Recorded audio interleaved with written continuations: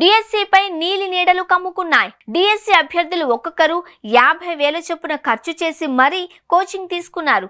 మరికొందరు ఇప్పటికీ కోచింగ్ సెంటర్లలో ఉన్నారు. ఈ నేపథ్యంలో విద్యాశాఖ మంత్రి నారా లోకేష్ డిఎస్సి నిర్వహణపై చేసిన ప్రకటన విద్యార్థుల్లో అయోమయాన్ని సృష్టిస్తోంది. వచ్చే ఏడాది అని ఆయన అంటున్నప్పటికీ కోర్టు వ్యవహారం కావడంతో ఇప్పట్లో నిర్వహణ సాధ్యం కాదు అని విద్యాశాఖ అధికారులు చెబుతున్నారు.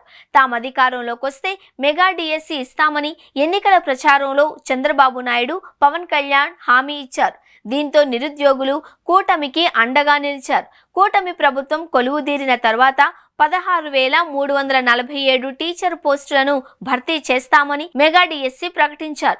గత వైసీపీ ప్రభుత్వం 6,900 టీచర్ పోస్టులకు ఇచ్చిన నోటిఫికేషన్ను కూటమి సర్కార్ రద్దు చేసింది. ఈ పోస్టులకు కూడా మెగా డిఎస్సిలో కలిపింది. వైసీపీ ప్రభుత్వం చివరి రోజుల్లో డిఎస్సి ప్రకటన ఇచ్చి తప్పు చేసింది. నవంబర్ 4న టెట్ ఫలితాలు వెల్లడించి 6న డిఎస్సి నోటిఫికేషన్ ఇస్తాము అని హామీ ఇచ్చింది.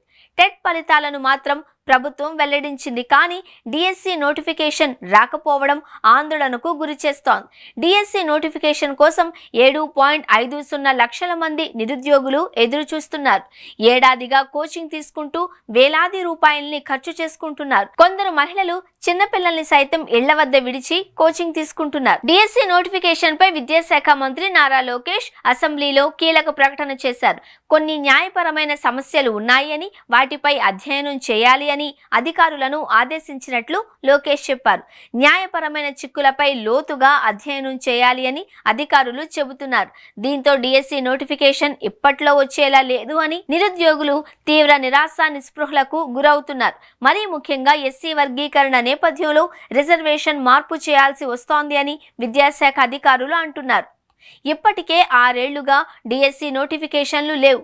దీంతో వయసు పైబడుతూ ఉద్యోగాలకు అర్హత కోల్పోతాము అనే ఆందోళన అభ్యర్థుల్లో ఆందోళనకు నెలకొంది. మొత్తానికి డిఎస్సి ఇప్పట్లో జరుగుతుంది అనే నమ్మకం అభ్యర్థుల్లో నెమ్మదిగా సడలుతోంది.